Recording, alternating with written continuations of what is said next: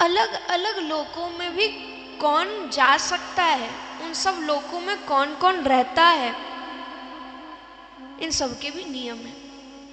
हर कोई दूसरे लोक में नहीं जा सकता। जैसे पृथ्वी लोक वाले यहीं रहते हैं, किसी लोक में जा नहीं सकते मनुष्य। देखा जाए कुछ लोक के, जैसे पितृलोक के हमारे पितृगण हमारे ऊपर कृपा करते हैं वहां से, तो कुछ लोकों के ऐसे नियम भी है कि इस लोक में ऐसे रहने वाले लोग इस लोक में जा सकते हैं। स्वर्ग लोक में रहने वाला व्यक्ति भी, स्वर्ग में रहने वाला व्यक्ति भी वैकुंठ नहीं जा सकता। देखने के लिए भी वैकुंठ वो नहीं जा सकता। ये ठाकुर जी की कृपा होती है। स्वर्ग किसे मिलेगा? जिसने पुण्य करे, पुण्यों का फल देने के लिए स्वर्ग मिल गया। पाप किए उसको नरक में भेजा। अलग अलग प्रकार के कई नरक हैं, उन्हें नरक में भेजा।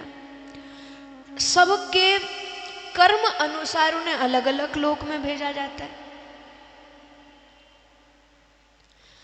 अब इन अलग अलग लोकों में भी अब पाताल लोक का व्यक्ति इधर ऊपर नहीं जा पाएगा, स्वर्ग लोक का व्यक्ति वैकुंठ नहीं जा पाएगा, लेकिन वैकुंठ का व्यक्ति कहीं भी दर्शन कर सकता है। और कुछ ऋषियों के पास में ये आज्ञा है कि वो किसी भी लोक में जा सके।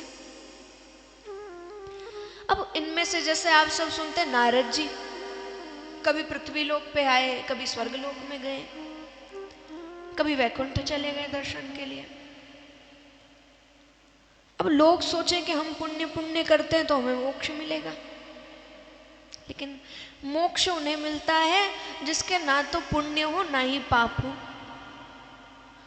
जो शून्य हो, इसका कुछ नहीं बचे, वो मोक्ष प्राप्त करता है। इसका मतलब ये नहीं है कि व्यक्ति पुण्य ना करे, वो करे, लेकिन उसके मन में वो भाव ना रहे कि मैं पुण्य कर रहा हूं, मुझे इसके फल मिलेंगे।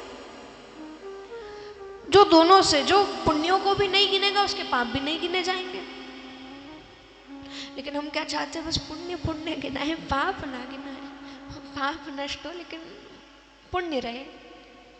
तो ऐसों को स्वर्ग मिलता है जो दोनों तरफ से ही शून्य हो, कुछ ना बचे, दोनों तरफ, वो मोक्ष प्राप्त करता है। कई सारे कठिन रास्ते मोक्ष के लिए दूसरे युगों में जो भी रहते उनके लिए बड़ा कठिन था,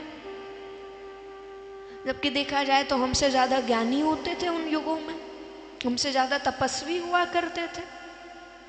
लेकिन फिर भी ठाकुर जी ने कृपा करी, कलयुग के लोगों के पास ज्यादा समय नहीं रहेगा, कर्म भी करने होंगे, इनके लिए आसान कर दिया, भगवान का नाम लेके मोक्ष प्राप्त कर।